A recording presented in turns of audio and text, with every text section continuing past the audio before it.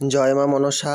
আজকে পূজার সময় হঠাৎ কোথায় থেকে যেন এক বিষধর সাপ বাবার ঘরে প্রবেশ করে এবং কিছুক্ষণ থাকার ফলে হঠাৎ করে উধাও হয়ে যায়।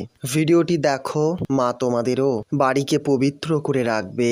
শুধু মন ভরে বলো জয় মা মনসা, জয় মা মঙ্গলচণ্ডী, হে বুড়ি চামুন্ডা, হে মহাদেব। দেখবে তোমাদের বাড়ির আস্তে আস্তে সমস্ত রকম বাধা কিংবা দোষ দোষীর হাত থেকে বিনা মন্ত্রে তন্ত্রে বাড়িটি ফুলের মতো ফুটে উঠবে, অর্থাৎ বাড়িটি পবিত্র হয়ে যাবে।